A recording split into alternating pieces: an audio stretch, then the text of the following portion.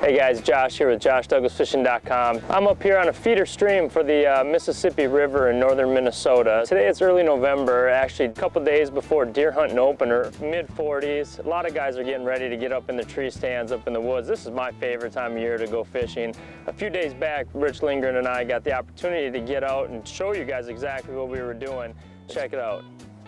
Feels good to be back over here finally. Hope that camera's wrong because I'm feeling it. Shake it off, sweets. Found him. We found him. Oh boy, things are out of control up here. Clodhopper over here, not the camera. Wasn't me. Cheap setup. It's got me perfectly in. Not showing Rich so well, so I guess it's perfect. They're like, what's that giant balloon head? You know, I'm kidding, right, Rich? I hate you. Just, you fish. I'll run the motor. No, you ain't running the motor. Josh, can you go to your right a little bit? That'd be in the water. There? Yep, it's perfect. You guys are both in camera. Try to keep that relationship as much as possible. We are close. Remember when we shared that hotel room in Wisconsin?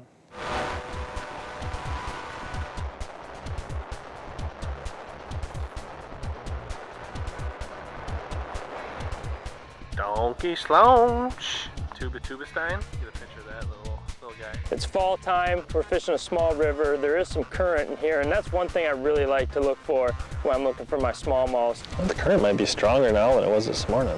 Big smallies this time of year, they're feeding up, they're getting ready for winter. We started with reaction baits, crankbaits, jerk baits, stuff like that. It really wasn't going. We switched to, I was using a Zappa jig head on a flick shake worm, just a little wacky style rig. And this is what I started to catch them on, or a tube, and I'm just using a little 3-inch Yum green pumpkin tube. These are what we're looking for down here. Made an adjustment, these are what we're looking for right there.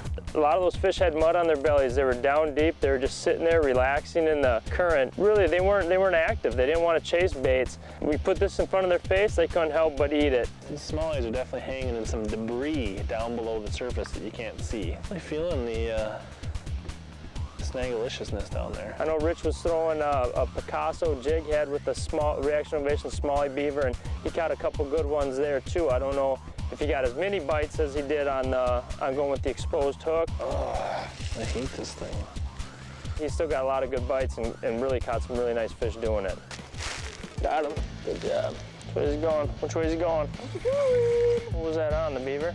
Good one? Oh, not a bad one. Come right up that prime spot. You can just thank me for showing you this spot. We'll call it even. Yeah, Mom, Josh. Hi, Mom. This guy's trying to get in our video. Is he talking to? Oh, he's talking to somebody on shore. Oh, is he? Yeah. I'm like, what the? Could you guys be a little quieter? We're trying to shoot a show here. I mean, come on. Good one? No, tiny. Small guy? I could boat flip this one here. Yeah, really eating his appetite today. That is the third one we've caught on the outside of their head today. We're just grabbing the side of that worm, but sharp enough little hook, you can still peg them with it. So. This is a, what's this called? Zappa wacky rig, flick shake worm. Another weapon, which was working a lot better earlier. I don't think my beaver is cooperating. I like the way you hold the boat here. Yeah? I give you First time on a troll mower? today.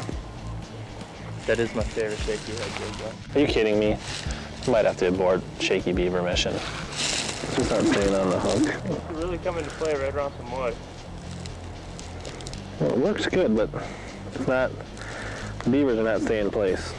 That's the issue. You know what I'm saying? I hear you. When it turns into a wacky beaver, it looks like a turd. Smallies don't like turds, unless it's called They don't? fork craw. They love the lake fork craw. That's how I should be throwing. Put the fork craw on a mojo and let her just wobble on down there. All of a sudden, this could be perfect fork craw water. There's my beaver shot. If it keeps tucking on the cast. Yeah, I need a new beaver. Put me in, coach. Don't be shy. Put my foot right on these rods.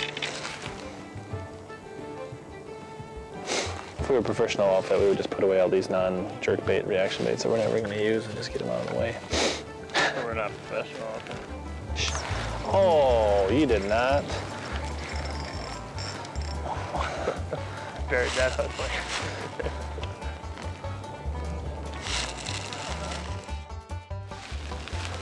You can thank me for showing you the spot where we caught those 2 dinks earlier. Yeah, or your other spot over there. Someday you will cash in on that. The mud flats. The water's too high for the mud flight to be producing. Flip some brush piles here.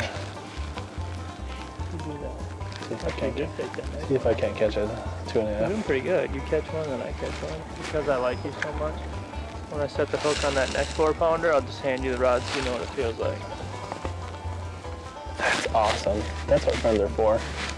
This could be perfect for trout water.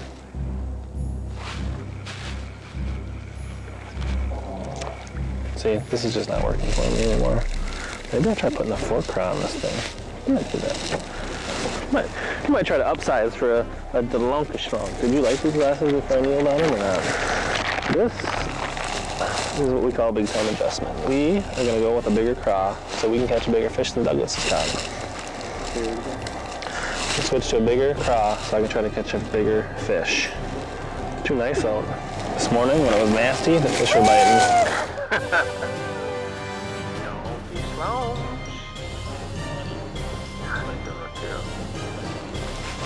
Uh-oh. Dun dun dun dun. Yeah. I hate to do that. Yourself anymore? We will find out if there's a 6-pounder on this bank now. Case closed, huh? Case closed.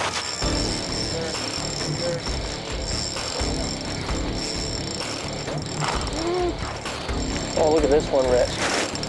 Rich, look at this one. Rich, look at that. Look at that. Tell me those fish ain't down lethargic. You see all that dirt on their belly right there? We got 40, low 40s. Last night it got down to the 20s. It's the coldest night of the fall so far. These fish are pretty lethargic, but you can tell they're sitting in the bottom. That's a good one.